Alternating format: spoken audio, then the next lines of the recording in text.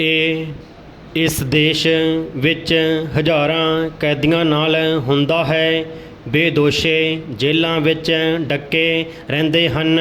ਨਿਆਂ ਪ੍ਰਾਪਤ ਕਰਨ ਦੀ ਪ੍ਰਕਿਰਿਆ ਹੀ ਸਜ਼ਾ ਬਣ ਜਾਂਦੀ ਹੈ। ਡੰਡੀ ਸਵਾਮੀ ਜੈਸੂਇਟ ਪਾਦਰੀ ਸੀ। ਉਹ ਸਾਰੀ ਉਮਰ ਸਮਾਜ ਦੇ ਦੱਬੇ ਕੁਚਲੇ ਲੋਕਾਂ ਅਤੇ ਖਾਸ ਕਰਕੇ ਝਾਰਖੰਡ ਦੇ ਕਬਾਇਲੀ ਲੋਕਾਂ ਦੇ ਹੱਕਾਂ ਲਈ ਲੜਦਾ ਰਿਹਾ। ਡੰਡੀ ਉਸ ਨੇ ਸਮਾਜ ਦੀ ਸੇਵਾ ਕੀਤੀ ਅਤੇ ਇਸ ਦੇ ਇਵਜ਼ ਵਿੱਚ ਦੇਸ਼ ਦੇ ਸਮਾਜ, ਰਿਆਸਤ, ਸਟੇਟ ਸਰਕਾਰ ਨੇ ਉਸ ਨੂੰ ਸਜ਼ਾ ਦਿੱਤੀ। ਡੰਡੀ ਇਸ ਮੌਤ ਕਾਰਨ ਦੇਸ਼ ਦੇ ਸੂਝਵਾਨ ਲੋਕਾਂ ਵਿੱਚ ਗੁੱਸੇ, ਰੋਸ ਤੇ ਨਿਰਾਸ਼ਾ ਦੀਆਂ ਭਾਵਨਾਵਾਂ ਪੈਦਾ ਹੋਈਆਂ ਹਨ। ਡੰਡੀ ਭੀਮਾ ਕੋਰੇਗਾਂਵ ਕੇਸ ਵਿੱਚ ਗ੍ਰਿਫਤਾਰ ਕੀਤੇ ਗਏ ਹੋਰ ਚਿੰਤਕਾਂ, ਵਿਦਵਾਨਾਂ, ਵਕੀਲਾਂ, ਕਲਾਕਾਰਾਂ ਅਤੇ ਸਮਾਜਿਕ ਕਾਰਕੁਨਾਂ ਦੇ ਪਰਿਵਾਰਾਂ ਨੇ ਇਸ ਮੌਤ ਨੂੰ ਸੰਸਥਾਤਮਕ ਸੰਸਥਾਵਾਂ ਭਾਵ ਤਫਤੀਸ਼ ਏਜੰਸੀਆਂ, ਨਿਆਂਪਾਲਕਾਂ, ਜੇਲ੍ਹ ਆਦਿ ਕਤਲ ਕਿਹਾ ਹੈ। ਡੰਡੀ ਰੋਹ ਵਿੱਚ ਆਏ ਹੋਰ ਚਿੰਤਕਾਂ ਨੇ ਇਸ ਨੂੰ ਅਦਾਲਤੀ ਕਤਲ ਕਿਹਾ ਹੈ। ਡੰਡੀ ਅਰਬਨ ਗੋਸਵਾਮੀ ਦੇ ਜ਼ਮਾਨਤ ਦੇ ਕੇਸ ਨੂੰ ਸੁਣਦਿਆਂ ਸੁਪਰੀਮ ਕੋਰਟ ਦੇ ਜੱਜ ਜਸਟਿਸ ਡੀ.ਵਾਈ. ਚੰਦਰਚੂੜ ਨੇ ਕਿਹਾ ਸੀ ਕਿ ਕਿਸੇ ਮਨੁੱਖ ਨੂੰ ਵੀ ਆਜ਼ਾਦੀ ਤੋਂ ਇੱਕ ਦਿਨ ਲਈ ਵਿਰਵਿਆ ਕਰਨਾ ਅਸਲ ਵਿੱਚ ਉਸ ਨੂੰ ਬਹੁਤ ਦੇਰ ਤੱਕ ਆਜ਼ਾਦੀ ਤੋਂ ਵਿਰਵਿਆ ਕਰਨਾ ਹੈ। ਡੰਡੀ ਜਸਟਿਸ ਚੰਦਰਚੂੜ ਦੀ ਟਿੱਪਣੀ ਸੁਣਨ ਨੂੰ ਤਾਂ ਬਹੁਤ ਚੰਗੀ ਲੱਗਦੀ ਹੈ ਪਰ ਹਕੀਕਤ ਤੋਂ ਬਹੁਤ ਦੂਰ ਹੈ। ਡੰਡੀ ਹਾਲਾਤ ਸੁਰਜੀਤ ਪਾਤਰ ਦੇ ਸ਼ਬਦਾਂ ਇਸ ਅਦਾਲਤ 'ਚ ਬੰਦੇ ਬਿਰਖ ਹੋ ਗਏ। ਫੈਸਲੇ ਸੁਣਦਿਆਂ ਸੁੱਕ ਗਏ। ਆਖੋ ਇਹਨਾਂ ਨੂੰ ਉਜੜੇ ਘਰੀਂ ਜਾਣ। ਹੁਣ ਇਹ ਕਦੋਂ ਤੀਕ ਇੱਥੇ ਖੜ੍ਹੇ ਰਹਿਣਗੇ? ਡੰਡੀ ਤੋਂ ਵੀ ਬਦਤਰ ਹੋ ਗਏ ਹਨ। ਡੰਡੀ ਹੁਣ ਬੰਦੇ ਅਦਾਲਤਾਂ ਵਿੱਚ ਖੜ੍ਹੇ ਨਹੀਂ ਹਨ, ਜੇਲ੍ਹਾਂ ਵਿੱਚ ਸੜ ਰਹੇ ਹਨ। ਡੰਡੀ ਸਵਾਮੀ ਨੇ ਅਦਾਲਤ ਵਿੱਚ ਦੁਹਾਈ ਦਿੱਤੀ ਸੀ ਕਿ ਉਸ ਨੂੰ ਰਾਂਚੀ ਵਿੱਚ ਉਸ ਦੇ ਉਜੜੇ ਘਰ ਵਿੱਚ ਜਾਣ ਦਿੱਤਾ ਜਾਵੇ। ਉਹ ਆਪਣੇ ਆਖਰੀ ਦਿਨ ਆਪਣੇ ਲੋਕਾਂ ਨਾਲ ਰਹਿ ਕੇ ਬਿਤਾਉਣਾ ਚਾਹੁੰਦਾ ਸੀ ਪਰ ਉਸ ਨੂੰ ਇਸ ਦੀ ਇਜਾਜ਼ਤ ਵੀ ਨਾ ਦਿੱਤੀ ਗਈ ਕਿਉਂਕਿ ਸਾਡੇ ਦੇਸ਼ ਵਿੱਚ ਹਰ ਕਾਰਵਾਈ ਕਾਨੂੰਨ ਅਨੁਸਾਰ ਕੀਤੀ ਜਾਂਦੀ ਹੈ। ਡੰਡੀ ਪਾਰਾ ਸੁਰਜੀਤ ਪਾਤਰ ਨੇ ਉਪਰੋਕਤ ਗਜ਼ਲ ਵਿੱਚ ਲਿਖਿਆ ਹੈ, ਯਾਰ ਮੇਰੇ ਜੋ ਇਸ ਆਸ 'ਤੇ ਮਰ ਗਏ ਕਿ ਮੈਂ ਉਹਨਾਂ ਦੇ ਦੁੱਖ ਦਾ ਬਣਾਵਾਂਗਾ ਗੀਤ। ਡੰਡੀ ਕੀ ਸਟੈਨ ਸਵਾਮੀ ਜਿਹੇ ਯਾਰਾਂ ਬਜ਼ੁਰਗਾਂ ਬਾਰੇ ਕੋਈ ਗੀਤ ਬਣ ਸਕਦਾ ਹੈ ਜੋ ਅਜਿਹੇ ਸੰਘਰਸ਼ਸ਼ੀਲ ਵਿਅਕਤੀਆਂ ਦੀ ਯਾਦ ਦੇ ਨਾਲ ਨਾਲ ਆਮ ਲੋਕਾਂ ਦੀਆਂ ਭਾਵਨਾਵਾਂ, ਦੁੱਖਾਂ, ਦੁਸ਼ਵਾਰੀਆਂ, ਪਰੇਸ਼ਾਨੀਆਂ, ਮਜਬੂਰੀਆਂ, ਦਿੱਕਤਾਂ, ਮੁਸੀਬਤਾਂ, ਇਛਾਵਾਂ, ਤਾਂਘਾਂ, ਲਾਲਸਾਵਾਂ, ਸੰਘਰਸ਼ਾਂ, ਹਾਰਾਂ, ਜਿੱਤਾਂ, ਆਸਾਂ, ਉਮੀਦਾਂ ਸਭ ਨੂੰ ਕਲਾਵੇ ਵਿੱਚ ਲੈ ਸਕੇ। ਡੰਡੀ ਅਜਿਹਾ ਗੀਤ ਸਿਰਫ ਸ਼ਬਦਿਕ ਨਹੀਂ ਹੋ ਸਕਦਾ। ਅਜਿਹਾ ਗੀਤ ਸੰਘਰਸ਼ ਕਰਦੇ ਲੋਕਾਂ ਦੇ ਸਿਰਾਂ ਅਤੇ ਰੂਹਾਂ ਵਿੱਚੋਂ ਉਗਮ ਸਕਦਾ ਹੈ। ਜਬਰ ਤੇ ਜ਼ੁਲਮ ਵਿਰੁੱਧ ਉੱਠਦੀ ਸਮੂਹਿਕ ਆਵਾਜ਼ ਵਿੱਚੋਂ ਜਨਮ ਲੈ ਸਕਦਾ ਹੈ। ਅਜਿਹਾ ਗੀਤ ਜੋ ਸੰਸਾਰ ਦੇ ਕੁਹਜ ਤੇ ਸਿਸਟਮ ਅਤੇ ਜਬਰ ਵਿਰੁੱਧ ਖੜਾ ਹੋਵੇ, ਜੋ ਸਾਡੇ ਸਮਾਜ ਵਿੱਚ ਵੱਧ ਰਹੇ ਲਾਲਚ, ਅਨਿਆਂ ਓਪਰੇਪਨ ਅਤੇ ਕੁਟਲਤਾ ਨੂੰ ਖਤਮ ਕਰਨ ਦੀਆਂ ਭਾਵਨਾਵਾਂ ਦਾ ਗੀਤ ਹੋਵੇ ਡੰਡੀ। ਮੌਜੂਦਾ ਕਿਸਾਨ ਸੰਘਰਸ਼ ਅਜਿਹਾ ਗੀਤ ਸਿਰਜਣ ਲਈ ਹੋ ਰਿਹਾ ਹੈ। ਸਭ ਤੋਂ ਊਰਜਾਮਈ ਉੱਦਮ ਹੈ। ਅਜਿਹੇ ਸੰਘਰਸ਼ ਹੀ ਸਮਾਜ ਵਿੱਚ ਜਮਹੂਰੀਅਤ ਦੀ ਬੁਨਿਆਦ ਰੱਖਦੇ ਹਨ ਡੰਡੀ। ਅਜਿਹੇ ਸਮੂਹਿਕ ਗੀਤਮਈ ਸੰਘਰਸ਼ ਹੀ ਸਟੈਨ ਸਵਾਮੀ ਨੂੰ ਸੱਚੀ ਸ਼ਰਧਾਂਜਲੀ ਹਨ ਡੰਡੀ। ਸਾਡੇ ਸੰਸਾਰ ਅੱਡੋ ਅੱਡਰੇ ਹਨ ਤੇ ਹੋਣੇ ਵੀ ਚਾਹੀਦੇ ਹਨ ਡੰਡੀ। ਜਮਹੂਰੀਅਤ ਵਿੱਚ ਨਾਗਰਿਕਾਂ ਨੂੰ ਆਪਣੇ ਨੁਮਾਇੰਦਿਆਂ ਨੂੰ ਉਹਨਾਂ ਦੇ ਕੰਮਾਂ ਤੇ ਘੜਮਾਂ ਲਈ ਜਵਾਬਦੇਹ ਬਣਾਉਣ ਦਾ ਹੱਕ ਹੁੰਦਾ ਹੈ ਡੰਡੀ। ਲੋਕਤੰਤਰ ਦੀਆਂ ਸੰਸਥਾਵਾਂ ਦਾ ਢਾਂਚਾ ਕੁਝ ਇਸ ਤਰ੍ਹਾਂ ਵਿਉਂਤਿਆ ਜਾਂਦਾ ਹੈ ਕਿ ਕੋਈ ਵੀ ਅੰਨੀ ਤਾਕਤ ਦੀ ਵਰਤੋਂ ਨਾ ਕਰ ਸਕੇ ਡੰਡੀ।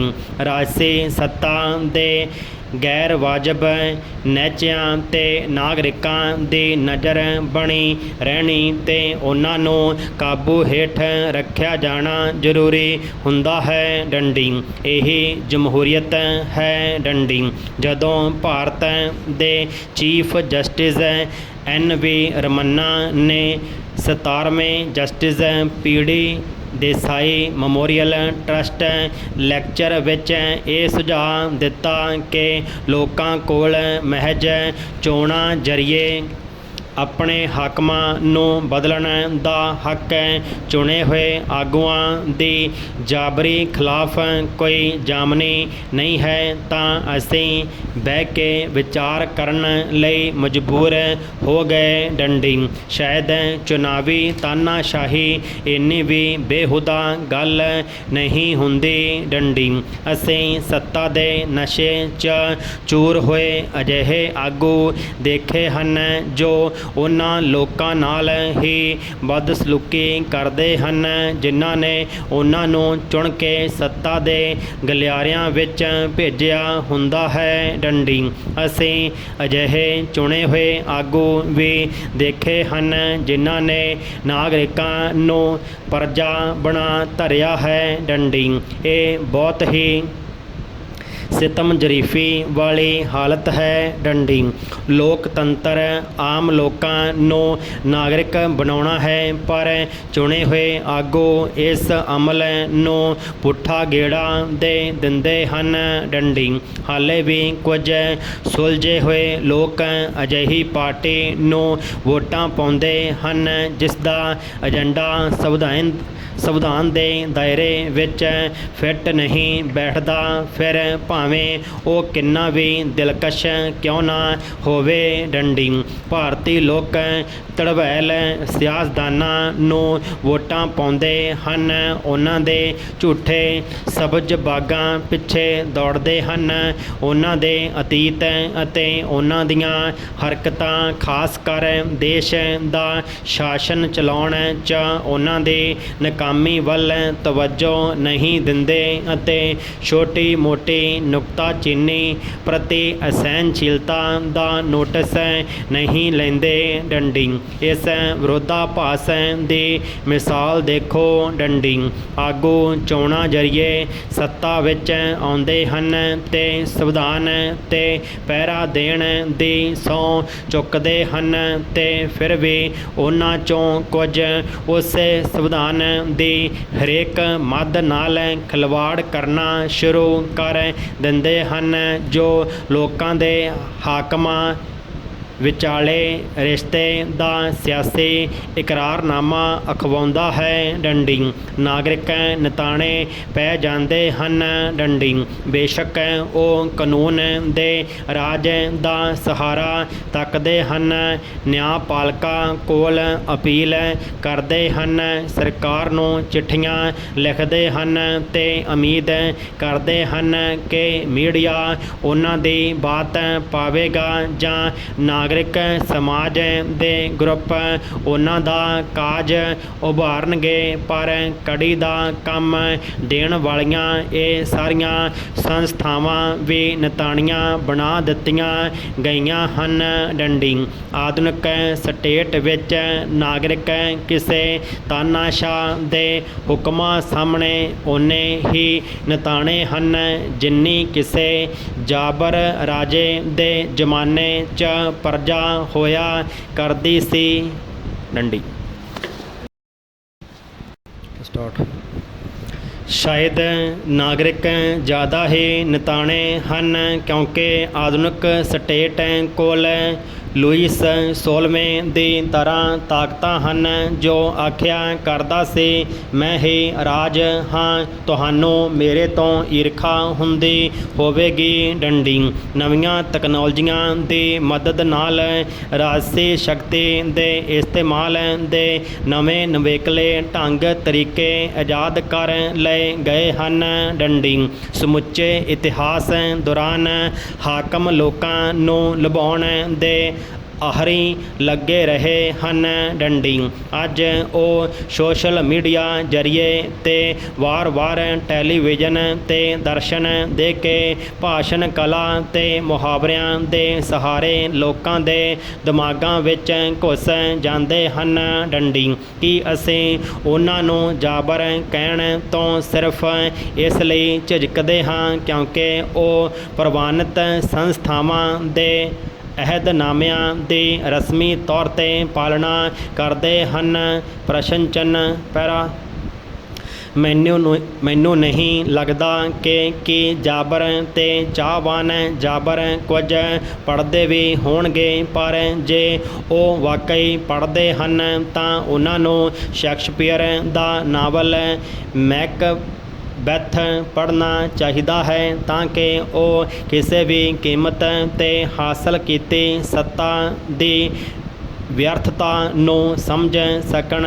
ਡੰਡੀ ਡੰਕਨ ਦੀ ਹੱਤਿਆ ਕਰਨ ਮਗਰੋਂ ਜਦੋਂ ਅਕੇਰਾ ਮੈਕਬੈਥ ਸਕਾਟਲੈਂਡ ਦਾ ਤਾਜ ਹਾਸਲ ਕਰ ਲੈਂਦਾ ਹੈ ਤਾਂ ਐਸ਼ੋ ਇਸ਼ਰਤ ਪਰ ਬੇਚੈਨੀ ਨਾਲ ਭਰੇ ਮਾਹੌਲ ਵਿੱਚ ਉਹ ਬਹੁਤ ਖਿਜੂ ਤੇ ਖੌਫਜ਼ਦਾ ਰਹਿਣ ਲੱਗ ਪੈਂਦਾ ਹੈ। ਡੰਡੀ ਉਹ ਆਪਣੀ ਬੇਗਮ ਨੂੰ ਕਹਿੰਦਾ ਹੈ, ਅਸੀਂ ਡਰ ਡਰ ਕੇ ਖਾਣਾ ਖਾਂਦੇ ਹਾਂ ਤੇ ਰਾਤਾਂ ਨੂੰ ਖੌਫਨਾਕ ਸੁਪਨਿਆਂ ਨਾਲ ਨੀਂਦ ਟੁੱਟ ਜਾਂਦੀ ਹੈ। ਡੰਡੀ ਬਿਹਤਰ ਹੋਵੇ ਕਿ ਅਸੀਂ ਵੀ ਮਰ ਕੇ ਉਹਨਾਂ ਕੋਲ ਚਲੇ ਜਾਈਏ ਜਿਨ੍ਹਾਂ ਨੂੰ ਅਸੀਂ ਆਪਣੀਆਂ ਖਵਾਇਸ਼ਾਂ ਦੀ ਪੂਰਤੀ ਖਾਤਰ ਸਦਾ ਦੀ ਨੀਂਦ ਸੁਲਾਇਆ ਸੀ। ਡੰਕਨ ਇਸ ਸਮੇਂ ਕਬਰ ਵਿੱਚ ਹੈ ਜਿੱਥੇ ਉਹ ਜ਼ਿੰਦਗੀ ਦੇ ਕੁਝ ਕਸ਼ਟ ਵਿੱਚ ਭੋਗਣ ਤੋਂ ਬਾਅਦ ਆਰਾਮ ਨਾਲ ਸੌਂ ਰਿਹਾ ਹੈ। ਕੋਈ ਵੀ ਹਥਿਆਰ, ਕੋਈ ਜ਼ਹਿਰ, ਕੋਈ ਬਾਹਰੀ ਜਾਂ ਅੰਦਰੂਨੀ ਸੰਸੇ ਉਸ ਨੂੰ ਛੂਹ ਨਹੀਂ ਸਕਦੇ। ਡੰਡੀ ਉਸ ਨੂੰ ਫੌਤ ਹੋ ਚੁੱਕੇ ਲੋਕਾਂ ਨਾਲ ਈਰਖਾ ਹੁੰਦੀ ਹੈ। ਡੰਡੀ ਜਦੋਂ ਸਾਨੂੰ ਚੇਤਾ ਆਉਂਦਾ ਹੈ ਕਿ ਮੈਕਬੈਥ ਦੇ ਸੱਤਾ ਤੱਕ ਅੱਪੜਨ ਦਾ ਰਾਹ ਲਾਛਾਂ ਨਾਲ ਗਰਸਿਆ ਪਿਆ ਸੀ ਤਾਂ ਸਾਨੂੰ ਉਸ 'ਤੇ ਦਇਆ ਆਉਣ ਲੱਗਦੀ ਹੈ। ਡੰਡੀ ਭਰਾ ਸ਼ਾਇਦ ਜਦੋਂ ਲੋਕਤੰਤਰ ਨੂੰ ਹੱਦ ਦਰਜੇ ਤੱਕ ਅਜਮਾਇਆ ਜਾਂਦਾ ਹੈ ਤਾਂ ਇਹ ਬਦਲਾ ਲੈਂਦਾ ਹੈ। ਡੰਡੀ ਦਾਰਸ਼ਨਿਕ ਬੋਥੀਅਸ ਦੇ ਸ਼ਬਦਾਂ ਵਿੱਚ ਕਿਸੇ ਵੇਲੇ ਹੋਣੀ ਦਾ ਚੱਕਰ ਘੁੰਮਦਾ ਹੈ। ਡੰਡੀ ਕੋਈ ਵਿਦਿਆਰਥੀ ਉੱਠਦਾ ਹੈ, ਕੋਈ ਕਵੀ ਲਿਖਦਾ ਹੈ, ਇੱਕ ਲਹਿਰ ਉਮੜਦੀ ਹੈ ਜਾਂ ਕੋਈ ਸ਼ੇਕਸਪੀਅਰ ਦਾ ਇਹ ਰਾਜਸੀ ਸੰਦੇਸ਼ ਪੜ੍ਹ ਕੇ ਸੁਣਾਉਂਦਾ ਹੈ ਕਿ ਜ਼ਿੰਦਗੀ ਕਿਸੇ ਤੁਰੇ ਜਾਂਦੇ ਬੰਦੇ ਦੀ ਪਰਛਾਈ ਦੀ ਨਿਆਈ ਹੈ। ਡੰਡੀ ਮੰਚ 'ਤੇ ਬਿਖਰਦੇ ਕਿਸੇ ਕਲਾਕਾਰ ਵਾਂਗ ਹੈ ਤੇ ਘੰਟੇ मगरों उस दे बोल किसे दे कन्नी नहीं पैंदे। ये एक मूर्ख वल्लों सुनाई जाती वो कहानी है जिस विच धूम धड़का तां बहुत है पर अर्थ कोई भी नहीं डंडी। चुने जान वाला कोई जाबर शायद इस तो कोई सबक लवेगा डंडी। लंघी 4 जुलाई ਨੂੰ डॉक्टर दर्शन सिंह ततला ਦਾ ਬਰਮਿੰਘਮ ਵਿੱਚ ਦੇਹਾਂਤ ਹੋ ਗਿਆ ਡੰਡੀ। ਇਸ ਨਾਲ ਪੰਜਾਬ ਤੇ ਸਿੱਖ ਅਧਿਐਨ ਦੇ ਅਕਾਦਮਿਕ ਖੇਤਰ ਦਾ ਧਰੁਵ ਤਾਰਾ ਟੁੱਟ ਗਿਆ ਜਿਸ ਦੀ ਵਿਲੱਖਣ ਪ੍ਰਤਿਭਾ ਤਨਦੇਹੀ ਤੇ ਪ੍ਰਾਪਤੀਆਂ ਦੀ ਤਾਂਕ ਕੌਮਾਂਤਰੀ ਪੱਧਰ ਤੇ ਪੈਂਦੀ ਰਹੀ ਹੈ ਡੰਡੀ। ਜੇ ਮੈਨੂੰ ਕਿਸੇ ਇੱਕ ਸ਼ਖਸ ਦਾ ਨਾਂ ਲੈਣਾ ਪਵੇ ਜਿਸ ਦੀਆਂ ਸੋਚਾਂ ਜਜ਼ਬਾਤ ਸੁਫਨੇ ਉਮੰਗਾਂ ਤੇ ਮਾਯੂਸੀਆਂ ਪੰਜਾਬ ਅਧਿਐਨ ਦੁਆਲੇ ਘੁੰਮਦੀਆਂ ਹੋਣ ਤਾਂ ਉਹ ਸੀ ਦਰਸ਼ਨ ਜਿਸ ਨੂੰ ਉਹਨਾਂ ਦੀ ਮਿੱਤਰ ਮੰਡਲੀ ਵਿੱਚ ਇਸੇ ਨਾਂ ਨਾਲ ਪੁਕਾਰਿਆ ਜਾਂਦਾ ਸੀ ਡੰਡੀ।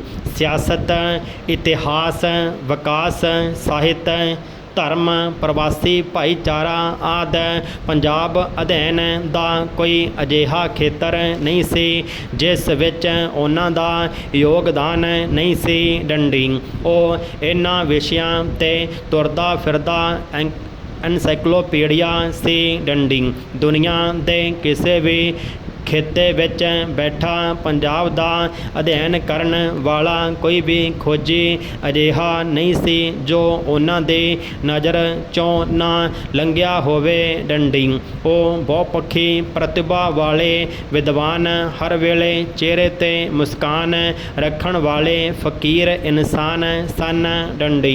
2 ਦਹਾਕਿਆਂ ਤੋਂ ਉਹਨਾਂ ਦੀ ਸਿਹਤ ਖਰਾਬ ਚੱਲੀ ਆ ਰਹੀ ਸੀ ਜੋ ਪਿਛਲੇ 2 ਮਹੀਨਿਆਂ ਤੋਂ ਕੁਝ ਜ਼ਿਆਦਾ ਹੀ ਵਿਗੜ ਗਈ ਡੰਡੀ ਭਰਾ। ਉਹਨਾਂ ਦਾ ਜਨਮ ਪਿੰਡ ਭਰੋਵਾਲ ਲੁਧਿਆਣਾ ਵਿੱਚ ਹੋਇਆ ਤੇ ਉਹਨਾਂ ਲਾਲਾ ਲਾਜਪਤ ਰਾਏ ਮੈਮੋਰੀਅਲ ਕਾਲਜ ਜਗਰਾਓਂ ਤੋਂ ਸਾਇੰਸ ਵਿੱਚ ਅੰਡਰ ਗ੍ਰੈਜੂਏਟ ਪੜ੍ਹਾਈ ਪੂਰੀ ਕੀਤੀ ਤੇ ਫਿਰ ਪੰਜਾਬੀ ਯੂਨੀਵਰਸਿਟੀ ਪਟਿਆਲਾ ਤੋਂ ਵਿਲੱਖਣਤਾ ਸਾਹਿਤ ਅਰਥ ਸ਼ਾਸਤਰ ਦੀ MA ਕੀਤੀ ਸੀ ਡੰਡੀ। 1970 ਵਿੱਚ ਉਹ ਬਰਤਾਨੀਆ ਚਲੇ ਗਏ ਜਿੱਥੇ ਉਹਨਾਂ ਕੈਂਬਰਿਜ ਯੂਨੀਵਰਸਿਟੀ ਦੇ ਫਿਟਫਲਜ਼ੀਅਮ ਕਾਲਜ ਤੋਂ ਮੁੜ BA ਕੀਤੀ ਅਤੇ ਅਰਥ ਸ਼ਾਸਤਰ ਤੇ ਸਮਾਜ ਸ਼ਾਸਤਰ ਵਿੱਚ ਮਾਸਟਰਜ਼ ਡਿਗਰੀਆਂ ਹਾਸਲ ਕੀਤੀਆਂ ਡੰਡੀ। ਇੱਥੇ ਹੀ ਉਹਨਾਂ ਨੂੰ ਡਾਕਟਰ ਅਜੀਤ ਸਿੰਘ ਨਾਲ ਮਿਲਣ ਦਾ ਮੌਕਾ ਮਿਲਿਆ ਜੋ ਉਸ ਵੇਲੇ ਕੈਂਬਰਿਜ ਦੀ ਅਰਥ ਸ਼ਾਸਤਰ ਫੈਕਲਟੀ ਦੇ ਉੱਭਰਦੇ ਸਿਤਾਰੇ ਸਨ ਡੰਡੀ। ਮਗਰੋਂ ਉਹਨਾਂ 1977 ਵਿੱਚ ਮੁੜ ਬਰਮਿੰਘਮ ਯੂਨੀਵਰਸਿਟੀ ਤੋਂ ਅਰਥ ਸ਼ਾਸਤਰ ਦੀ ਮਾਸਟਰਜ਼ ਡਿਗਰੀ ਹਾਸਲ ਕੀਤੀ ਡੰਡੀ। ਪੰਜਾਬ ਦੇ ਅਧਿਐਨ ਵਿੱਚ ਉਹਨਾਂ ਦੀ ਅਕਾਦਮਿਕ ਰੁਚੀ ਦੀ ਬਹੁਪਰਤੀ ਖਾਸੀਅਤ ਸਦਕਾ ਉਹਨਾਂ 1994 ਵਿੱਚ ਵਾਰਵਿਕ ਯੂਨੀਵਰਸਿਟੀ ਤੋਂ ਪੰਜਾਬ ਤੇ ਸਿੱਖ ਅਧਿਐਨ ਦੇ ਖੇਤਰ ਵਿੱਚ PhD ਮੁਕੰਮਲ ਕੀਤੀ ਡੰਡੀ। ਉਹਨਾਂ ਦੀ ਕਿਤਾਬ ਦਾ ਸਿੱਖ ਡਾਇਸਪੋਰਾ ਦਾ ਸਰਚ ਫਾਰ ਸਟੇਟਹੁੱਡ 1998 ਉਹਨਾਂ ਦੀ PhD ਦੀ ਖੋਜ ਕਾਰਜ 'ਤੇ ਆਧਾਰਿਤ ਸੀ ਜੋ ਪ੍ਰਵਾਸੀ ਭਾਈਚਾਰੇ ਦੇ ਅਧਿਐਨ ਦੇ ਖੇਤਰ ਵਿੱਚ ਸ਼ਾਹਕਾਰ ਰਚਨਾ ਮੰਨੀ ਜਾਂਦੀ ਹੈ ਡੰਡੀ। ਅਪ੍ਰੈਲ 1984 ਵਿੱਚ ਪੰਜਾਬ ਰਿਸਰਚ ਗਰੁੱਪ PRG ਪਿੱਛੇ ਡਾਕਟਰ ਦਰਸ਼ਨ ਸਿੰਘ ਤਤਲਾ ਦਾ ਸੰਕਲਪ ਕਾਰਜਸ਼ੀਲ ਸੀ। ਡੰਡੀ 1984 ਵਿੱਚ ਇਹ ਹਮ ਖਿਆਲ PhD ਵਿਦਵਾਨਾਂ ਦਾ ਇੱਕ ਛੋਟਾ ਜਿਹਾ ਗਰੁੱਪ ਸੀ, ਜਿਸ ਦਾ ਅੱਗੇ ਚੱਲ ਕੇ ਦੱਖਣੀ ਏਸ਼ੀਆ ਦੇ ਸਭ ਤੋਂ ਵਕਾਰੀ ਖੇਤਰ ਅਧਿਐਨ ਗਰੁੱਪਾਂ ਵਿੱਚ ਸ਼ੁਮਾਰ ਹੋਣ ਲੱਗ ਪਿਆ ਸੀ। ਡੰਡੀ PRG ਵਿੱਚ ਬਹੁਤ ਹੀ ਉਮਦਾ ਮਾਹੌਲ ਸੀ, ਜਿੱਥੇ ਉੱਗੇ ਵਿਦਵਾਨ ਤੇ ਨੌਜਵਾਨ ਖੋਜਕਾਰ ਆ ਕੇ ਆਪਣੀਆਂ ਖੋਜਾਂ ਇੱਕ ਦੂਜੇ ਨਾਲ ਸਾਂਝੀਆਂ ਕਰਿਆ ਕਰਦੇ ਸਨ।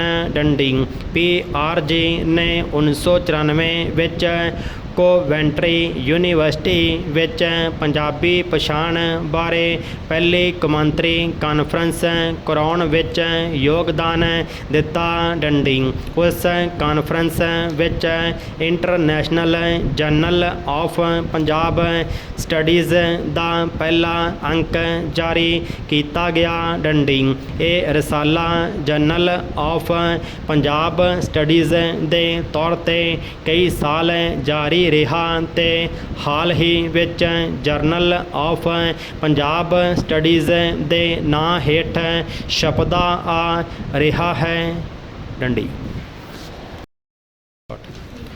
ਕਾਨਫਰੰਸ ਵਿੱਚ ਪੇਸ਼ ਕੀਤੇ ਗਏ ਪੇਪਰ ਇੱਕ ਕਿਤਾਬ ਦੇ ਰੂਪ ਵਿੱਚ ਪ੍ਰਕਾਸ਼ਿਤ ਕੀਤੇ ਗਏ। ਡੰਡੀ ਕਿਤਾਬ ਦਾ ਨਾਂ ਸੀ ਪੰਜਾਬੀ ਆਇਡੈਂਟੀਟੀ ਇਨ ਏ ਗਲੋਬਲ ਕੰਟੈਕਸਟ, ਜੋ ਪ੍ਰੀਤਮ ਸਿੰਘ ਤੇ ਸ਼ਿੰਦਰ ਸਿੰਘ ਧਾਂਦੀ ਵੱਲੋਂ ਸੰਪਾਦਿਤ ਅਤੇ ਆਕਸਫੋਰਡ ਯੂਨੀਵਰਸਿਟੀ ਪ੍ਰੈਸ ਵੱਲੋਂ 1999 ਵਿੱਚ ਪ੍ਰਕਾਸ਼ਿਤ ਕੀਤੀ ਗਈ। ਡੰਡੀ 2016 ਵਿੱਚ PRG ਨੇ ਬੈਸਟ ਡਾਕਟੋਰਲ ਸਟੂਡੈਂਟ ਪ੍ਰੋਜੈਸ਼ਨ ਅਵਾਰਡ ਸ਼ੁਰੂ ਕੀਤਾ, ਜਿਸ ਵਿੱਚ ਨਕਦ ਇਨਾਮ ਤੇ ਇੱਕ ਪ੍ਰਮਾਣ ਪੱਤਰ PhD ਦੇ ਅਜਿਹੇ ਵਿਦਿਆਰਥੀਆਂ ਨੂੰ ਦਿੱਤਾ ਜਾਂਦਾ ਹੈ ਜਿਸ ਦਾ ਪੇਪਰ PRG ਕਾਨਫਰੰਸ ਵਿੱਚ ਪੇਸ਼ ਕੀਤੇ ਗਏ ਪੇਪਰਾਂ 'ਚੋਂ ਸਰਬੋਤਮ ਗਿਣਿਆ ਜਾਂਦਾ ਹੈ। ਡੰਡੀ ਅੱਜ ਤੱਕ 7 ਪੁਰਸਕਾਰ ਦਿੱਤੇ ਜਾ ਚੁੱਕੇ ਹਨ। ਡੰਡੀ PRG ਆਪਣੇ ਮੁੱਢਲੇ ਸਾਲਾਂ ਦੌਰਾਨ ਡਾਕਟਰ ਤਤਲਾ ਵੱਲੋਂ ਪਾਏ ਯੋਗਦਾਨ ਅਤੇ ਬਾਅਦ ਵਿੱਚ ਵੀ ਇਸ ਦੇ ਵਿਕਾਸ ਲਈ ਕੀਤੇ ਬਹੁ-ਦਿਸ਼ਾਵੀ ਕਾਰਜਾਂ ਬਦਲੇ ਹਮੇਸ਼ਾ ਉਹਨਾਂ ਨੂੰ ਯਾਦ ਰੱਖੇਗਾ। ਡੰਡੀ ਪਿਛਲੇ ਕੁਝ ਸਾਲਾਂ ਤੋਂ ਡਾਕਟਰ ਤਤਲਾ ਪੰਜਾਬੀ ਯੂਨੀਵਰਸਿਟੀ ਪਟਿਆਲਾ ਵਿੱਚ ਰਿਸਰਚ ਫੈਲੋ ਵਜੋਂ ਸੇਵਾ ਕਰ ਰਹੇ ਸਨ, ਜਿੱਥੇ ਉਹਨਾਂ ਆਜ਼ਾਦੀ ਅੰਦੋਲਨ ਬਾਰੇ ਮੂਲ ਖੋਜ ਕਾਰਜ ਪ੍ਰਕਾਸ਼ਿਤ ਕਰਵਾਇਆ, ਜਿਸ ਵਿੱਚ ਗਦਰ ਪਾਰਟੀ ਬਾਰੇ ਵੀ ਕੁਝ ਅਹਿਮ ਕਾਰਜ ਸ਼ਾਮਲ ਹਨ। ਡੰਡੀ ਉਹਨਾਂ ਪੰਜਾਬੀ ਯੂਨੀਵਰਸਿਟੀ ਵਿੱਚ ਵਿਸ਼ਵ ਪੰਜਾਬੀ ਅਧਿਐਨ ਦਾ ਉਦਘਾਟਨ ਸਥਾਪਿਤ ਕਰਨ ਲਈ ਮੁੱਲਵਾਨ ਮਾਰਗਦਰਸ਼ਨ ਕੀਤਾ। ਹਾਲਾਂਕਿ ਡਾਕਟਰ ਤਤਲਾ ਆਪਣੇ ਪਸੰਦੀਦਾ ਖੇਤਰ ਵਿੱਚ ਵੀ ਖੋਜ ਕਰਨ ਵਿੱਚ ਕਾਮਯਾਬ ਰਹੇ, ਪਰ ਉਹ ਇਹ ਦੇਖ ਕੇ ਦੁਖੀ ਸਨ ਕਿ ਪੰਜਾਬ ਦੀ ਸਿਆਸੀ ਤੇ ਅਕਾਦਮਿਕ ਲੀਡਰਸ਼ਿਪ ਦੀ ਪੰਜਾਬ ਵਿੱਚ ਖੋਜ ਸੰਸਥਾਵਾਂ ਅਤੇ ਸਮਰੱਥਾਵਾਂ ਉਸ ਵਿੱਚ ਕੋਈ ਰੁਚੀ ਨਹੀਂ। ਡੰਡੀ ਪੰਜਾਬ ਰਿਸਰਚ ਗਰੁੱਪ ਦੇ ਮੈਂਬਰਾਂ ਨੇ ਕੋਵਿਡ-19 ਮਹਾਮਾਰੀ ਦੀ ਆਮਦ ਤੋਂ ਪਹਿਲਾਂ ਡਾਕਟਰ ਤਤਲਾ ਨੂੰ ਉਹਨਾਂ ਦੇ ਵਿਕਾਸ ਯੋਗਦਾਨ ਬਦਲੇ ਤਾਂ ਉਮਰ ਪ੍ਰਾਪਤੀ ਪੁਰਸਕਾਰ ਨਾਲ ਨਵਾਜਣ ਦਾ ਫੈਸਲਾ ਕੀਤਾ ਸੀ ਅਤੇ ਕਾਨਫਰੰਸ ਵਿੱਚ ਉਹਨਾਂ ਨੂੰ ਨਿੱਜੀ ਤੌਰ 'ਤੇ ਸਨਮਾਨ ਦਿੱਤਾ ਜਾ ਸਕੇ। ਡੰਡੀ ਮੰਦੇ ਭਾਗ ਇਹ ਪੁਰਸਕਾਰ ਉਹਨਾਂ ਨੂੰ ਮਰਨ ਉਪਰੰਤ ਦਿੱਤਾ ਜਾਂਦਾ ਹੈ। ਡੰਡੀ ਡਾਕਟਰ ਤਤਲਾ ਕਈ ਖੈਰਾਤੀ ਕਾਰਜਾਂ ਵਿੱਚ ਹੱਥ ਅਜਮਾਉਂਦੇ ਰਹੇ ਹਨ। ਡੰਡੀ ਉਹਨਾਂ ਆਪਣੇ ਰਹਿੰਦੇ ਕਾਰਜ ਪੂਰੇ ਇੰਗਲੈਂਡ ਤੇ ਪੰਜਾਬ ਵਿੱਚ ਆਪਣੀਆਂ ਅਕੈਡਮੀਆਂ ਨੂੰ ਸਹੀ ਮੁਕਾਮ 'ਤੇ ਪਹੁੰਚਾਉਣ ਲਈ ਡਾਕਟਰ ਤਤਲਾ ਟਰੱਸਟ ਕਾਇਮ ਕੀਤਾ ਸੀ। ਡੰਡੀ ਡਾਕਟਰ ਤਤਲਾ ਪ੍ਰਕਾਸ਼ਨਾਵਾਂ ਤੇ ਕੁਲੈਕਸ਼ਨਾਂ ਦੁਨੀਆ ਭਰ ਦੇ ਅਧਿਐਨਾਂ ਦੇ ਖੋਜਕਾਰਾਂ ਲਈ ਗਿਆਨ ਮੁਹਾਰਤ ਮਾਰਗਦਰਸ਼ਨ ਦਾ ਬੇਸ਼ਕੀਮਤੀ ਸਰੋਤ ਬਣ ਕੇ ਰਹਿਣਗੀਆਂ। ਡੰਡੀ 4 ਜੁਲਾਈ ਦੇ ਨਜ਼ਰੀਆ ਪੰਨੇ 'ਤੇ ਲਿਖ ਸਿਰ ਬੇਟੀਆਂ ਦੇ ਚਾਹੇ ਜੁਦਾ ਕਰਦੇ ਵਿੱਚ ਮਰਦ ਪ੍ਰਧਾਨ ਸਮਾਜ ਵਿੱਚ ਇਸਤਰੀਆਂ ਜਾਤੀ 'ਤੇ ਲਾਈਆਂ ਜਾ ਰਹੀਆਂ ਤਰ੍ਹਾਂ ਤਰ੍ਹਾਂ ਦੀਆਂ ਪਾਬੰਦੀਆਂ ਦੀ ਗੱਲ ਬੜੀ ਜ਼ੁਰਤ ਨਾਲ ਕੀਤੀ ਗਈ ਹੈ। ਡੰਡੀ ਦਰਅਸਲ ਇਹ ਸਮਾਜ ਇੱਕ ਖਾਸ ਸੀਮਾ ਤੱਕ ਹੀ ਔਰਤਾਂ ਨੂੰ ਆਜ਼ਾਦੀ ਪ੍ਰਦਾਨ ਕਰਦਾ ਹੈ। ਡੰਡੀ ਉਸ ਸੀਮਾ ਤੋਂ ਪਾਰ ਜਾਣ ਵਾਲੀਆਂ ਬੀਬੀਆਂ ਨੂੰ ਵੱਖ ਵੱਖ ਤਰ੍ਹਾਂ ਦੇ ਤਾਣੇ ਮਿਹਣੇ ਤੇ ਔਕੜਾਂ ਦਾ ਸਾਹਮਣਾ ਕਰਨਾ ਪੈਂਦਾ ਹੈ। ਡੰਡੀ ਇਹਨਾਂ ਸਮਾਜਿਕ ਪਾਬੰਦੀਆਂ ਨੂੰ ਵੱਖ ਵੱਖ ਰੂਪਾਂ ਵਿੱਚ ਦੇਖਿਆ ਜਾਂਦਾ ਹੈ ਤੇ ਲਵ ਜਹਾਦ ਵੀ ਇਹਨਾਂ ਵਿੱਚੋਂ ਹੀ ਇੱਕ ਹੈ। ਡੰਡੀ ਭਾਵੇਂ ਔਰਤ ਨੇ ਅੱਜ ਹਰ ਖੇਤਰ ਵਿੱਚ ਬਹੁਤ ਤਰੱਕੀ ਕਰ ਲਈ ਹੈ, ਪਰ ਇਸ ਖੇਤਰ ਵਿੱਚ ਅਜੇ ਵੀ ਉਹ ਪੂਰਨ ਰੂਪ ਵਿੱਚ ਆਜ਼ਾਦ ਨਹੀਂ ਹਨ। ਡੰਡੀ ਜਦੋਂ ਤੱਕ ਔਰਤਾਂ ਨੂੰ ਹਰ ਮਾਮਲੇ ਵਿੱਚ ਆਜ਼ਾਦ ਤੇ ਆਪਣੀ ਮਰਜ਼ੀ ਨਾਲ ਫੈਸਲੇ ਲੈਣ ਦੀ ਖੁੱਲ੍ਹ ਨਹੀਂ ਦਿੱਤੀ ਜਾਂਦੀ, ਉਨਾ ਚਿਰ ਸਹੀ ਅਰਥਾਂ ਵਿੱਚ ਬਰਾਬਰੀ ਦਾ ਸਮਾਜ ਨਹੀਂ ਸਿਰਜਿਆ ਜਾ ਸਕਦਾ। ਡੰਡੀ 4 ਜੁਲਾਈ ਦੇ ਅੰਕ ਵਿੱਚ ਸਿਰ ਬੇਟੀਆਂ ਦੇ ਚਾਹੇ ਜੁਦਾ ਕਰਦਾ ਪੜ੍ਹਿਆ। ਡੰਡੀ ਲੇਖਕ ਦੀ ਸੋਚ ਤੇ ਲਿਖਤ ਵਿੱਚ ਸਮਾਜ ਨੂੰ ਸੇਧ ਦੇਣ ਦਾ ਜਜ਼ਬਾ ਹੈ। ਡੰਡੀ ਮਨੁੱਖੀ ਅਧਿਕਾਰਾਂ ਅਨੁਸਾਰ ਔਰਤਾਂ ਨੂੰ ਆਪਣੇ ਫੈਸਲੇ ਲੈਣ ਦਾ ਹੱਕ ਹੈ, ਪਰ ਇਹ ਅਧਿਕਾਰ ਕਾਗਜ਼ਾਂ ਤੱਕ ਹੀ ਸੀਮਤ ਹਨ।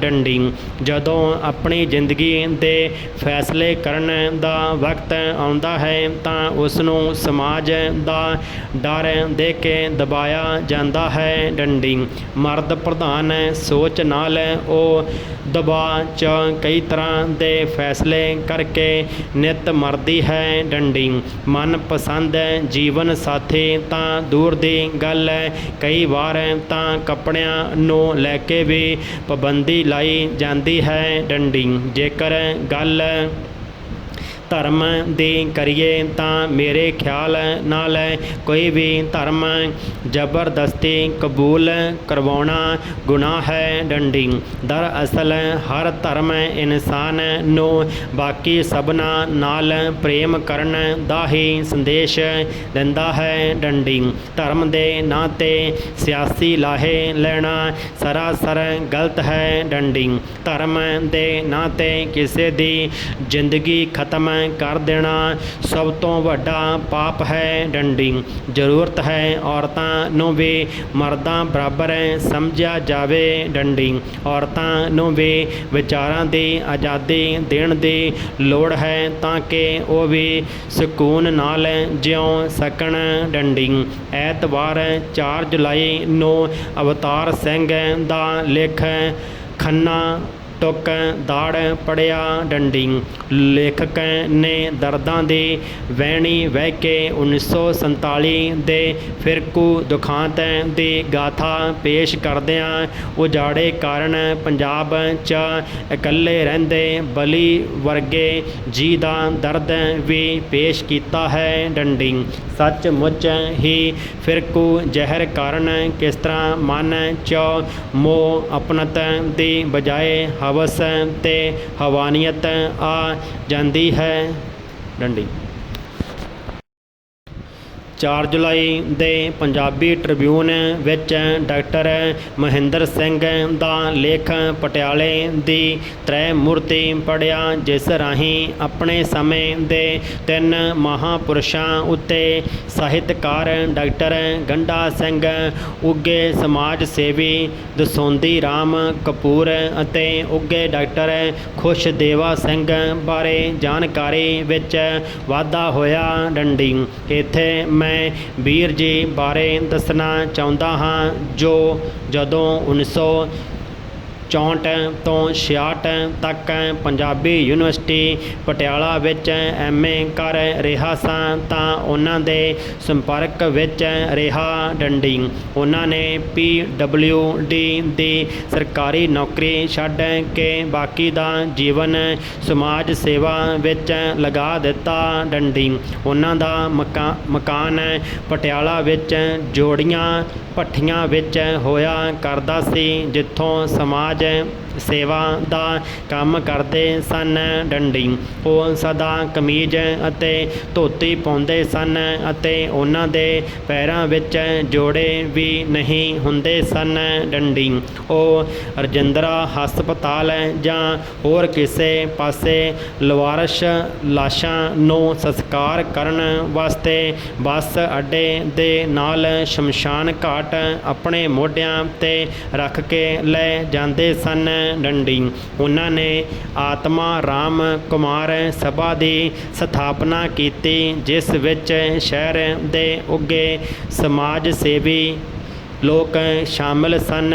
ਡੰਡੀ ਇਹ ਸਭਾ ਪਿੰਗਲਵਾੜਾ ਯਤੀਮਖਾਨਾ, ਬੇਸਹਾਰਾ ਲੜਕੀਆਂ ਵਾਸਤੇ ਸਿਲਾਈ ਕੇਂਦਰ ਚਲਾਉਂਦੀ ਰਹੀ ਅਤੇ ਜ਼ਰੂਰਤਮੰਦਾਂ ਨੂੰ ਮੁਫਤ ਦਵਾਈਆਂ ਮੁਹੱਈਆ ਕਰਦੀ ਸੀ। ਡੰਡੀ ਸ਼ਹਿਰ ਵਿੱਚ ਹੋਣ ਵਾਲੇ ਧਾਰਮਿਕ ਜਲੂਸਾਂ ਵਿੱਚ ਜਲ ਸੇਵਾ ਦਾ ਕੰਮ ਵੀ ਕਰਦੇ ਸਨ।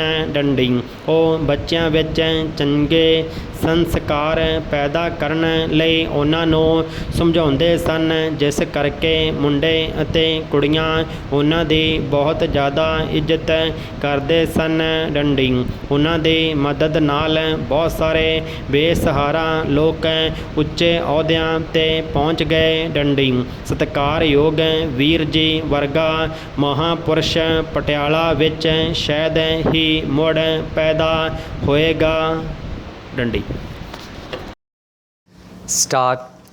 ਕੌਮੀ ਜਾਂਚ ਏਜੰਸੀ ਨੇ ਫਾਦਰ ਸਟੈਨ ਸਵਾਮੀ ਨੂੰ ਕਾਨੂੰਨ ਦੁਆਰਾ ਨਿਰਧਾਰਿਤ ਕੀਤੀ ਗਈ ਸਹੀ ਪ੍ਰਕਿਰਿਆ ਅਨੁਸਾਰ ਗ੍ਰਿਫਤਾਰ ਕੀਤਾ ਅਤੇ ਹਿਰਾਸਤ ਵਿੱਚ ਲਿਆ ਸੀ। ਡੰਡੀ ਉਸ ਵਿਰੁੱਧ ਲਾਏ ਗਏ ਦੋਸ਼ਾਂ ਦੀ ਵਿਸ਼ੇਸ਼ ਤਾਸੀਰ ਖਾਸੇ ਦੇ ਕਾਰਨ ਅਦਾਲਤਾਂ ਨੇ ਉਸ ਦੀਆਂ ਜ਼ਮਾਨਤਾਂ ਲਈ ਦਿੱਤੀਆਂ ਅਰਜ਼ੀਆਂ ਰੱਦ ਕਰ ਦਿੱਤੀਆਂ। ਡੰਡੀ ਭਾਰਤ ਵਿੱਚ ਅਧਿਕਾਰੀ ਕਾਨੂੰਨ ਦੀਆਂ ਉਲੰਘਣਾਵਾਂ ਲਈ ਕਾਰਵਾਈਆਂ ਕਰਦੇ ਹਨ, ਨਾ ਕਿ ਅਧਿਕਾਰਾਂ ਨੂੰ ਵਾਜਿਬ ਤੌਰ 'ਤੇ ਵਰਤਣ ਦੇ ਵਿਰੁੱਧ। ਡੰਡੀ ਅਜਿਹੀਆਂ ਸਭ ਕਾਰਵਾਈਆਂ ਕਾਨੂੰਨ ਅਨੁਸਾਰ ਕੀਤੀਆਂ ਗਈਆਂ ਹਨ।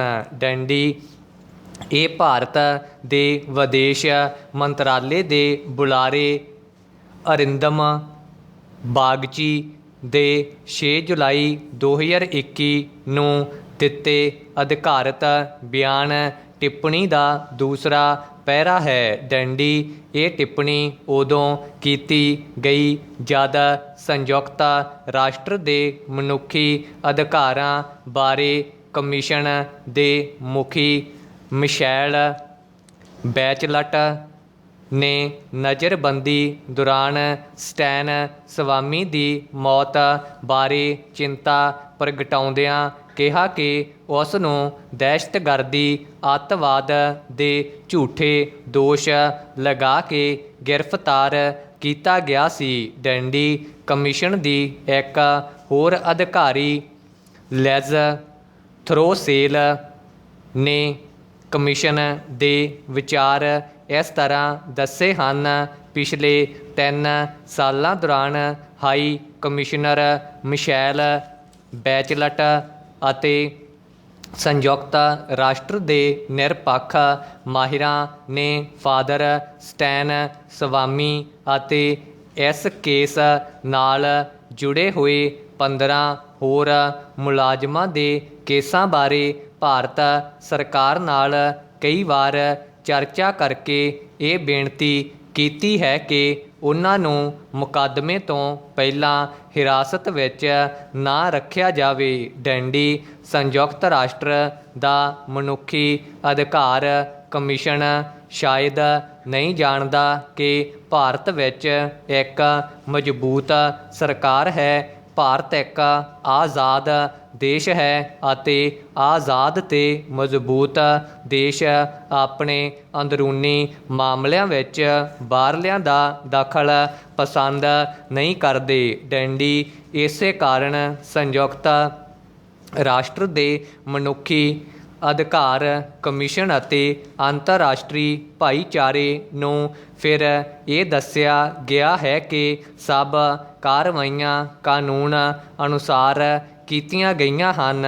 ਡੈਂਡੀ ਸੁਪਰੀਮ ਕੋਰਟ ਦੇ ਸਾਬਕਾ ਜੱਜ ਜਸਟਿਸ ਮਦਨ ਬੀ ਲੋਕੁਰ ਨੇ ਸਵਾਮੀ ਦੇ ਦੇਹਾਂਤ 'ਤੇ ਲਿਖੇ ਉਸ ਨੂੰ ਸੂਖਮਤਾ ਨਾਲ ਉਸ ਦੇ ਗੀਤ ਰਾਹੀਂ ਮਾਰਦਿਆਂ ਹੋਇਆਂ ਫਾਦਰ ਸਟੈਨ ਸਵਾਮੀ ਦੀ ਮੌਤ ਬਾਰੇ ਸੋਗ ਗੀਤ ਨਾਂ ਦੇ ਲੇਖ ਵਿੱਚ ਜੇਲ੍ਹ ਪ੍ਰਸ਼ਾਸਨ ਨਾਲ ਸੰਬੰਧਿਤ ਕਈ ਮੁੱਦੇ ਅਤੇ ਕਾਨੂੰਨੀ ਨੁਕਤੇ ਉਠਾਏ ਹਨ।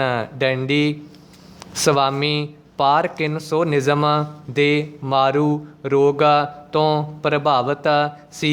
ਉਸ ਦਾ ਤੰਤੂ ਪ੍ਰਬੰਧ ਕਮਜ਼ੋਰ ਹੋ ਚੁੱਕਾ ਸੀ। ਉਸ ਦੇ ਹੱਥ ਕੰਬਦੇ ਸਨ। ਹੱਥ ਵਿੱਚ ਫੜੇ ਪਾਣੀ ਦੇ ਗਲਾਸ 'ਚੋਂ ਪਾਣੀ ਡੁੱਲ ਡੁੱਲ ਜਾਂਦਾ ਸੀ।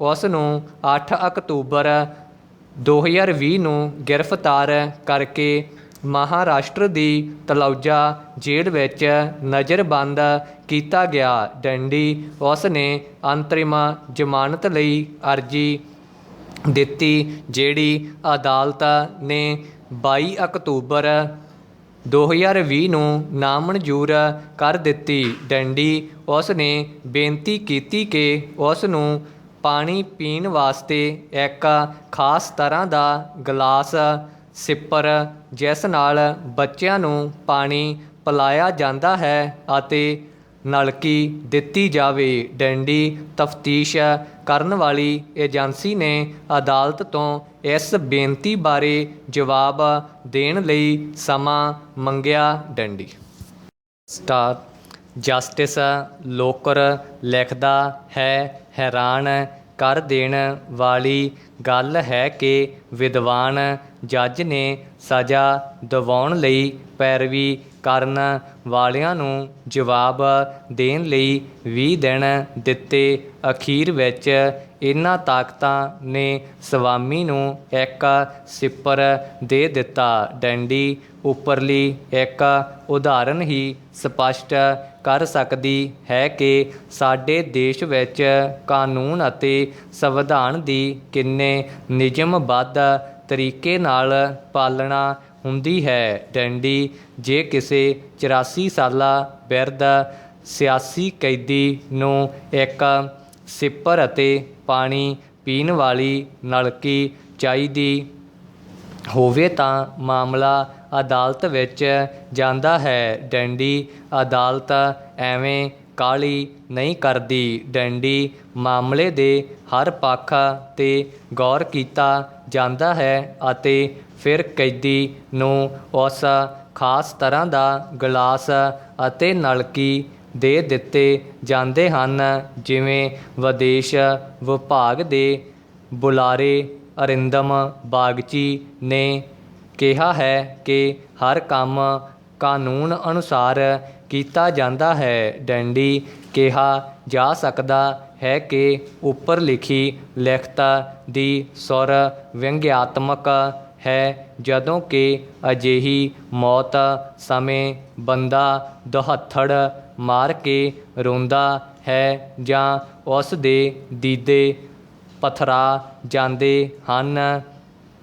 ਉਹ ਧੁਰ ਅੰਦਰ ਤੱਕ ਚੁੱਪ ਹੋ ਜਾਂਦਾ ਹੈ। ਕਲਮ ਲਿਖਣ ਤੋਂ ਇਨਕਾਰ ਕਰ ਦਿੰਦੀ ਹੈ। ਹਰ ਪਾਸੇ ਸੁੰਝ ਦਿਖਾਈ ਦਿੰਦੀ ਹੈ। ਡੰਡੀ ਇਹ ਵੀ ਸੱਚ ਹੈ ਕਿ ਅਸੀਂ ਨੈਤਿਕ ਵੀਰਾਨਗੀ ਦੇ ਅਜਿਹੇ ਦਸ਼ਤ ਮਾਰੂਥਲ ਵਿੱਚ ਭਟਕ ਰਹੇ ਹਾਂ ਕਿ ਆਸ ਦਾ ਕੋਈ ਨਕਲ ਸਥਾਨ ਦਿਖਾਈ ਨਹੀਂ ਦਿੰਦਾ। ਡੰਡੀ ਸਾਡੇ ਮਨਾਂ ਵਿੱਚ ਦੁੱਖ ਦੇ ਨਾਲ ਨਾਲ ਕੁੜੱਤਣ ਹੈ ਅਤੇ ਵਿਦੇਸ਼ ਵਿਭਾਗ ਦੇ ਬੁਲਾਰੇ ਦੀ ਟਿੱਪਣੀ ਜ਼ਖਮਾਂ 'ਤੇ ਨਮਕ ਛਿੜਕਣ ਵਾਲਾ ਕਾਰਾ ਹੈ, ਜਿਸ ਵਿੱਚ ਸਾਨੂੰ ਅਤੇ ਸਾਰੀ ਦੁਨੀਆ ਨੂੰ ਦੱਸਿਆ ਜਾ ਰਿਹਾ ਹੈ ਕਿ ਹਰ ਕਾਰਵਾਈ ਕਾਨੂੰਨ ਅਨੁਸਾਰ ਕੀਤੀ ਜਾ ਰਹੀ ਹੈ। ਡੰਡੀ ਪਹਿਰਾ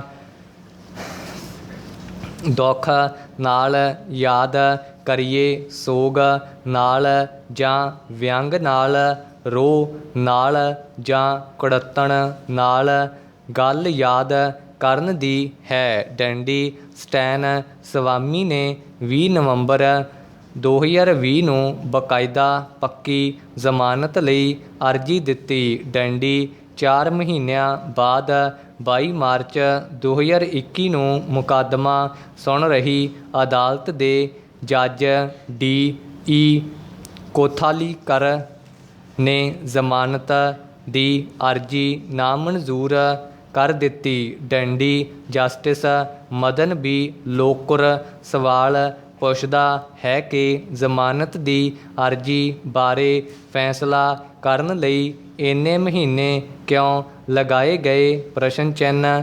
ਇਸ ਸਵਾਲ ਦਾ ਜਵਾਬ ਵੀ ਅਰਿੰਦਮ ਬਾਗਚੀ ਦੀ ਟਿੱਪਣੀ ਵਿੱਚ ਹੀ ਨਿਹਿਤ ਹੈ ਕਿ ਹਰ ਕਾਰਵਾਈ ਕਾਨੂੰਨ ਅਨੁਸਾਰ ਕੀਤੀ ਗਈ। ਡੰਡੀ ਸ਼ਾਇਦ ਇਸੇ ਲਈ ਜਸਟਿਸ ਲੋਕੁਰ ਨੇ ਇਹ ਪੁੱਛਿਆ ਹੈ ਕਿ ਮੁਕੱਦਮਾ ਭੁਗਤ ਰਹੇ ਹਰ ਕੈਦੀ ਨੂੰ ਇਸ ਤਰ੍ਹਾਂ ਸੂਖਮਤਾ ਨਾਲ ਮਾਰਿਆ ਜਾਣਾ ਚਾਹੀਦਾ ਹੈ। ਪ੍ਰਸ਼ਨ ਚਿੰਨ੍ਹ।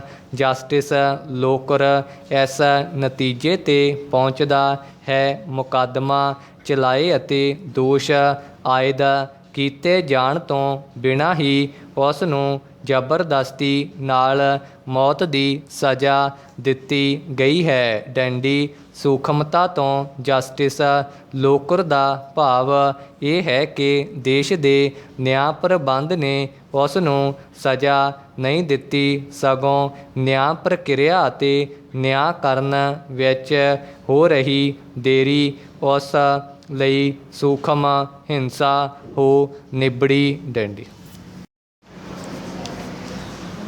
ਇਹ ਇਸ ਦੇਸ਼ ਵਿੱਚ ਹਜ਼ਾਰਾਂ ਕੈਦੀਆਂ ਨਾਲ ਹੁੰਦਾ ਹੈ। ਬੇਦੋਸ਼ੀ ਜੇਲ੍ਹਾਂ ਵਿੱਚ ਡੱਕੇ ਰਹਿੰਦੇ ਹਨ। ਨਿਆਂ ਪ੍ਰਾਪਤ ਕਰਨ ਦੀ ਪ੍ਰਕਿਰਿਆ ਹੀ ਸਜ਼ਾ ਬਣ ਜਾਂਦੀ ਹੈ। ਡੰਡੀ ਸਵਾਮੀ ਜੈਸੂਇਸਟ ਪਾਦਰੀ ਸੀ।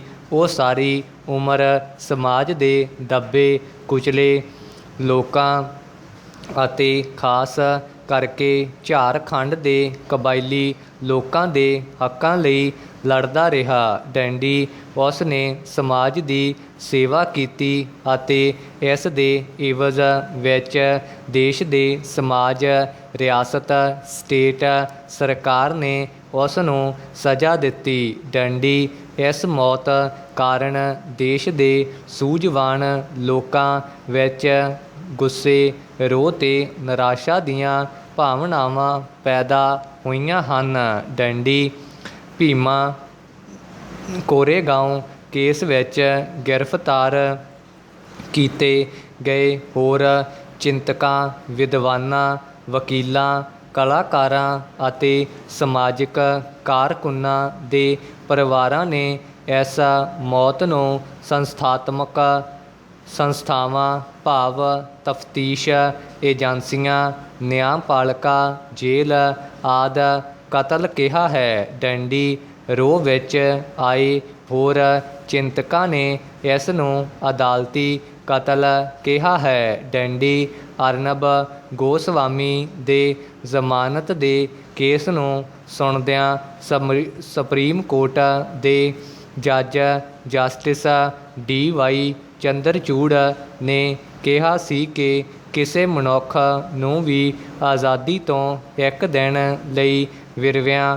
ਕਰਨਾ ਅਸਲ ਵਿੱਚ ਉਸ ਨੂੰ ਬਹੁਤ ਦੇਰ ਤੱਕ ਆਜ਼ਾਦੀ ਤੋਂ ਵਿਰਵਿਆਂ ਕਰਨਾ ਹੈ। ਡੰਡੀ ਜਸਟਿਸ ਚੰਦਰਚੂੜ ਦੀ ਟਿੱਪਣੀ ਸੁਣਨ ਨੂੰ ਤਾਂ ਬਹੁਤ ਚੰਗੀ ਲੱਗਦੀ ਹੈ, ਪਰ ਹਕੀਕਤ ਤੋਂ ਬਹੁਤ ਦੂਰ ਹੈ। ਡੰਡੀ ਹਾਲਾਤ ਸੁਰਜੀਤ ਪਾਤਰ ਦੇ ਸ਼ਬਦਾਂ ਇਸ ਅਦਾਲਤ 'ਚ ਬੰਦੇ ਬਿਰਖ ਹੋ ਗਏ, ਫੈਸਲੇ ਸੁਣਦਿਆਂ ਸੁਣਦਿਆਂ ਸੁੱਕ ਗਏ। ਆਖੋ ਇਹਨਾਂ ਨੂੰ ਉਜੜੇ ਘਰੀਂ ਜਾਣ, ਹੁਣ ਇਹ ਕਦੋਂ ਤੱਕ ਇੱਥੇ ਖੜ੍ਹੇ ਰਹਿਣਗੇ। ਡੰਡੀ ਤੋਂ ਵੀ ਬਦਤਰ ਹੋ ਗਏ ਹਨ। ਡੰਡੀ ਹੁਣ ਬੰਦੇ ਅਦਾਲਤਾਂ ਵਿੱਚ ਖੜ੍ਹੇ ਨਹੀਂ ਹਨ, ਜੇਲ੍ਹਾਂ ਵਿੱਚ ਸੜ ਰਹੇ ਹਨ। ਡੰਡੀ ਸਵਾਮੀ ਨੇ ਅਦਾਲਤ ਵਿੱਚ ਦੁਹਾਈ ਦਿੱਤੀ ਸੀ ਕਿ ਉਸ ਨੂੰ ਰਾਂਚੀ ਵਿੱਚ ਉਸ ਦੇ ਉਜੜੇ ਘਰ ਵਿੱਚ ਜਾਣ ਦਿੱਤਾ ਜਾਵੇ। ਉਹ ਆਪਣੇ ਆਖਰੀ ਦਿਨ ਆਪਣੇ ਲੋਕਾਂ ਨਾਲ ਰਹਿ ਕੇ ਬਿਤਾਉਣਾ ਚਾਹੁੰਦਾ ਸੀ, ਪਰ ਉਸ ਨੂੰ ਇਸ ਦੀ ਇਜਾਜ਼ਤ ਵੀ ਨਾ ਦਿੱਤੀ ਗਈ, ਕਿਉਂਕਿ ਸਾਡੇ ਦੇਸ਼ ਵਿੱਚ ਹਰ ਕਾਰਵਾਈ ਕਾਨੂੰਨ ਅਨੁਸਾਰ ਕੀਤੀ ਜਾਂਦੀ ਹੈ। ਡੰਡੀ ਸੁਰਜੀਤ ਪਾਤਰ ਨੇ ਉਪਰੋਕਤ ਗਜ਼ਲ ਵਿੱਚ ਲਿਖਿਆ ਹੈ, ਯਾਰ ਮੇਰੇ ਜੋ ਇਸ ਆਸ 'ਤੇ ਮਰ ਗਏ ਕਿ ਮੈਂ ਉਹਨਾਂ ਦੇ ਦੁੱਖ ਦਾ ਬਣਾਵਾਂਗਾ ਗੀਤ।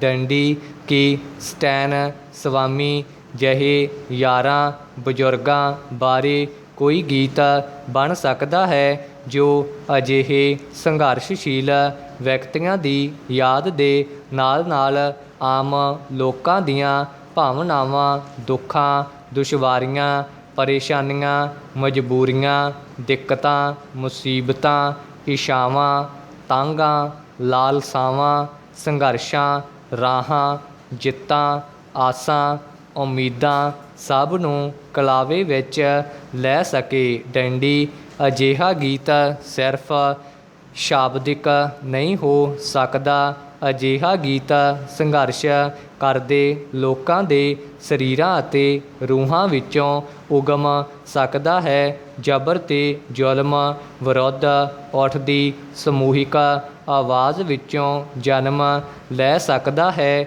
ਅਜਿਹਾ ਗੀਤ ਜੋ ਸੰਸਾਰ ਦੇ ਕੁਹਜ ਤੇ ਸਿਸਟਮ ਅਤੇ ਜ਼ਬਰ ਵਿਰੁੱਧ ਖੜ੍ਹਾ ਹੋਵੇ, ਜੋ ਸਾਡੇ ਸਮਾਜ ਵਿੱਚ ਵੱਧ ਰਹੇ ਲਾਲਚ, ਅਨਿਆਂ, ਓਪਰੇਪਣ ਅਤੇ ਕੁਟਲਤਾ ਨੂੰ ਖਤਮ ਕਰਨ ਦੀਆਂ ਭਾਵਨਾਵਾਂ ਦਾ ਗੀਤ ਹੋਵੇ। ਡੰਡੀ ਮੌਜੂਦਾ ਕਿਸਾਨ ਸੰਘਰਸ਼ ਅਜਿਹਾ ਗੀਤ ਸਿਰਜਣ ਲਈ ਹੋ ਰਿਹਾ ਸਭ ਤੋਂ ਊਰਜਾਮਈ ਉੱਦਮ ਹੈ। ਅਜਿਹੇ ਸੰਘਰਸ਼ ਹੀ ਸਮਾਜ ਵਿੱਚ ਜਮਹੂਰੀਅਤ ਦੀ ਬੁਨਿਆਦ ਰੱਖਦੇ ਹਨ।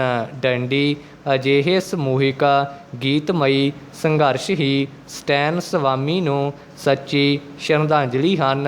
ਡੰਡੀ ਸਾਹਿਤ ਦਾ ਇਤਿਹਾਸਕਾਰ, ਲੇਖਕ ਅਤੇ ਅਮਰੀਕਾ ਦੀ ਹਾਰਵਰਡ ਯੂਨੀਵਰਸਿਟੀ ਦਾ ਪ੍ਰੋਫੈਸਰ ਸਟੀਫਨ ਗਰੀਨਬੈਲਟ ਆਪਣੀ ਕਿਤਾਬ ਟਾਇਰੈਂਟ ਸ਼ੇਕਸਪੀਅਰ ਆਨ ਪਾਵਰ ਵਿੱਚ ਸ਼ੇਕਸਪੀਅਰ ਦੇ ਨਾਟਕਾਂ ਬਾਰੇ ਲਿਖਦਿਆਂ ਦਲੀਲ ਦਿੰਦਾ ਹੈ ਕਿ ਸ਼ੇਕਸਪੀਅਰ ਆਪਣੇ ਨਾਟਕਾਂ ਵਿੱਚ ਇੱਕ ਗਹਿਰੇ ਅਣਸੁਲਝੇ ਸਵਾਲ ਨਾਲ ਜੂਝਦਾ ਰਿਹਾ ਕਿ ਕੋਈ ਸਮੁੱਚਾ ਦੇਸ਼ ਕਿਸੇ ਜਾਬਰ ਦੇ ਹੱਥਾਂ ਵਿੱਚ ਕਿਵੇਂ ਜਾ ਸਕਦਾ ਹੈ। ਪ੍ਰਸ਼ਨ ਚਿੰਨ੍ਹ ਉਹ ਕਿਹੋ ਜਿਹੇ ਹਾਲਾਤ ਹੁੰਦੇ ਹਨ ਜਿਨ੍ਹਾਂ ਵਿੱਚ ਮਾਣਮੱਤੀਆਂ ਅਤੇ ਮਜ਼ਬੂਤ ਸੰਸਥਾਵਾਂ ਇੱਕਦਮ ਨਿਤਾਣੀਆਂ ਬਣ ਜਾਂਦੀਆਂ ਹਨ। ਪ੍ਰਸ਼ਨ ਚਿੰਨ੍ਹ।